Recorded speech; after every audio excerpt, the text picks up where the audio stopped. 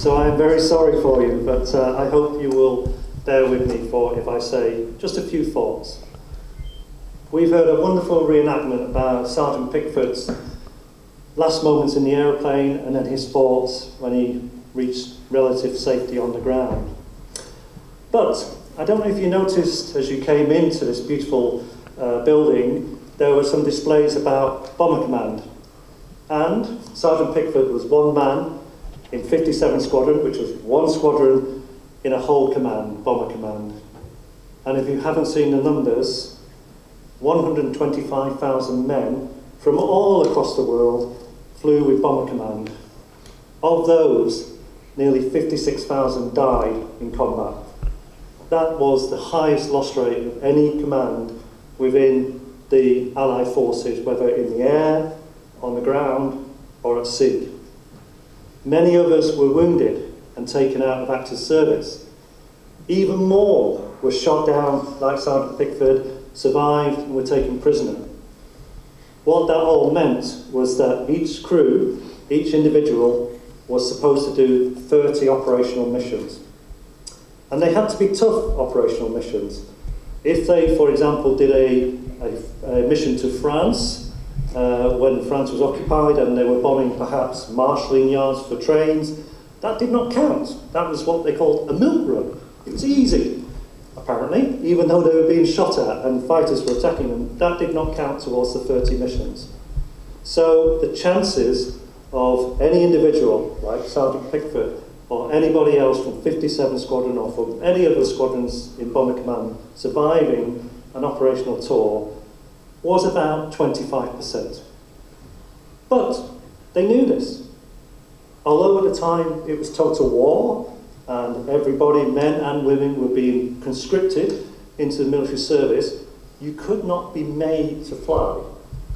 So every man who got in a Lancaster was a volunteer. They got sixpence extra a day. About €1, I think that would be now. That's all they got extra for flying. But they did it because they knew and believed it was the right thing to do. So as president of the Squadron Association, on days like today, as I've said earlier at the monument, I'm genuinely touched to the bottom of my heart by the love and care that have been shown to the crew of DXP. And I've been fortunate enough to go to memorials similar to this all across Europe. I've been to Spain, to France, to Sweden, to Switzerland, to Holland, to Belgium, to Denmark, to Italy. And everywhere I go, I see the same love and care and honour shown to our comrades.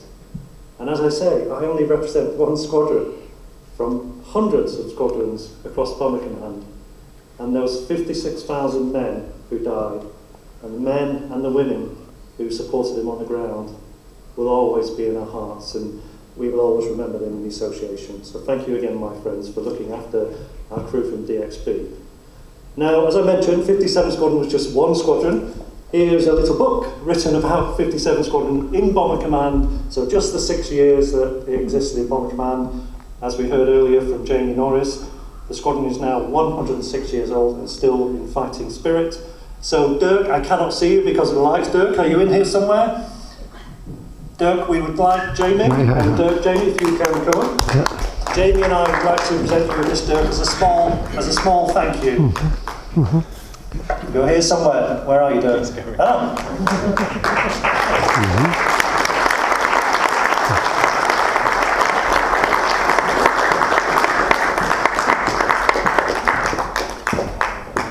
So Dirk, when you're doing your research again, this will tell you about every single aircraft from 57 Squadron that was lost during Bomber Command. So please, Jamie. Thank you, Jamie. Quick picture.